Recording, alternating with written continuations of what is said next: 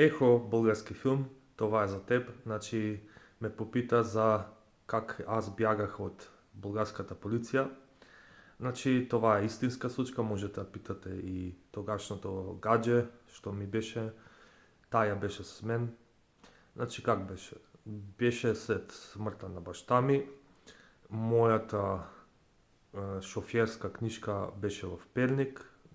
Имахме някаква си случка с застраховната фирма и те търсеха моята шофьорска книжка и аз не могах да карам до там да си ги взема документите и беше много трудно тогава. И бех емотивно много изцепен и след това не знаех как да се оправи.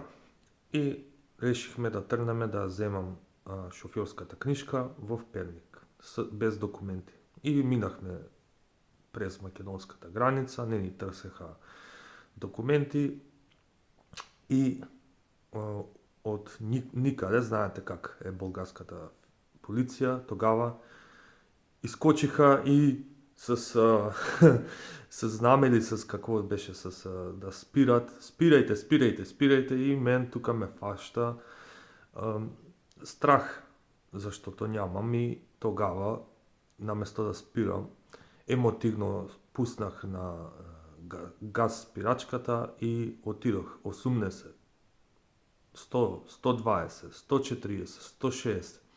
И до мен гаджето тогава беше много застрашено и ми казва, ако не спреш, че се разведем, няма повече да говорим. И спрех някъде преди Кюстендил. И какво се деси? Значи, аз пробвах да казвам какво е истинското положение и она ми казва друго положение, че съм крив, че трябва да идвам в затвора. И знаете как става, да не кажа с българските полицайци, милиция, всичко става с почерпение. И отидохме така и след това нищо нямаше и си ги вземах документите и това е това. Поздрав за всички и благодаря за вас и за вашата поддръжка.